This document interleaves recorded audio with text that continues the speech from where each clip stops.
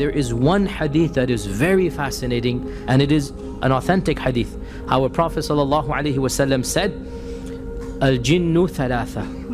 Jinns are of three types. One type, لهم أجنحة يطيرون في الهواء. One type, they have wings and they fly and they roam around in the air. They are flying around in the skies. They're living their lives and they're going by. The other type, they are hayat. There's a category of jinn that typically appears in the form of animals.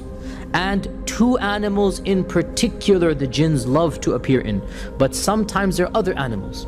And the two main animals that the jinns love to appear in are snakes and dogs. But this does not mean that they never appear in another form. They could have other forms as well. The third type of jinn is they come and they go. This is the one that seems to want to irritate us, want to frighten us, want to come into our lives.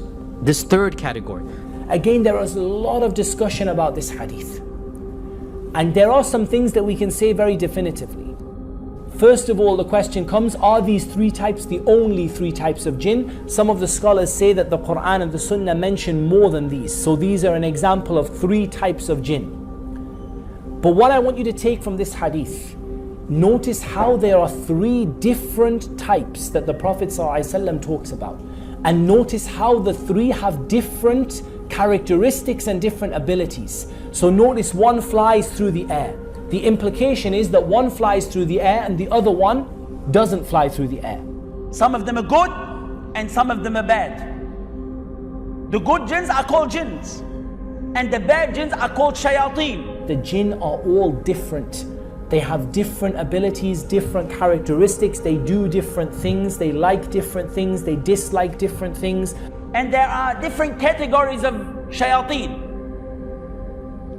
There's a shaitan, al-marid, and there's the afrit. As there's criminals, let us say, some of them are oppressors, some of them are transgressors, some of them are disbelievers. Also the shayateen, there are ranks, depending on their disbelief, depending on their power. And every type of them have different ability and different strength. Just like you, my dear brothers and sisters. Some of you can lift 20 kilos and some of you can lift 200 kilos. Some of you are intelligent and some of you are not as intelligent. So the jinns are like this. And Abu Dawood narrated from Jabir ibn Abdullah that the Prophet ﷺ said, if you hear the barking of a dog or the braying of a donkey, then seek refuge with Allah, for they see that which you do not see. So the Prophet ﷺ indicated that both donkeys and dogs are able to see the jinn in certain circumstances. Allah knows best. There are certain jinns that are there just for evil. Their nature is evil. So one of the ones that Rasulullah ﷺ has told us to be aware of are the ones that like to stay with impurity. They are known as the khubuth wal khaba'ith. Now they love toilets because they just got this impure nature. Their name is khubuth wal khaba'ith. You know, they're a particular impure part of the jinn sort of colony. And Rasulullah ﷺ has told us that when you go to the toilet, you just have to seek protection before you go in the toilet. So those jinns, if they're there, they won't have any effect. There's others that like to stay with human beings because they are impure or they are stay in an unclean manner. Now only impure jinns will stay with impure people if they are of that kind. And they will just stay with them. Sometimes they won't affect them. There's one particular shaitan that will give doubts. So when people make wudu, some people get doubt. Did I wash this? No, let me wash it again. So they wash it again.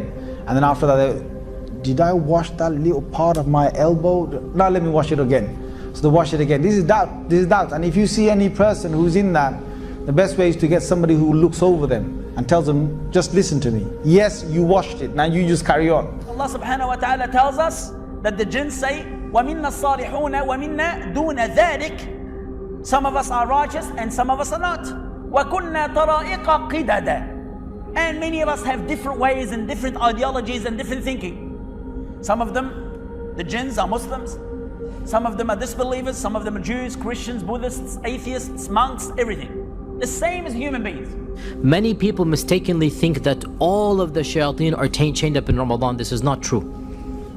Only the marada of the shayateen. And the marada of the shayateen are the obstinate or the ones that are especially going to harm you. Are they a separate category like the ifrit? Or are they simply the shayateen that are more harmful than other shayateen? Allah knows best, because the ifrit seems to be like a different species of the jinn, or a different clan of the jinn, and Allah knows best. The disbelievers from amongst the jinn, they have a very ugly appearance. They don't have a very nice appearance. And we don't know a full appearance of them. I've met many patients who describe the jinn to me. I've met many people who have seen the jinn in various different forms.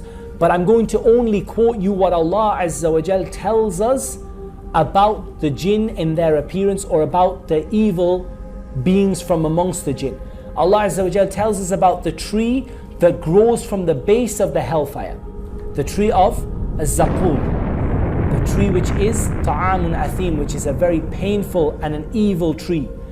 And Allah describes the fruit of the tree of the hellfire and says it looks like the heads of devils.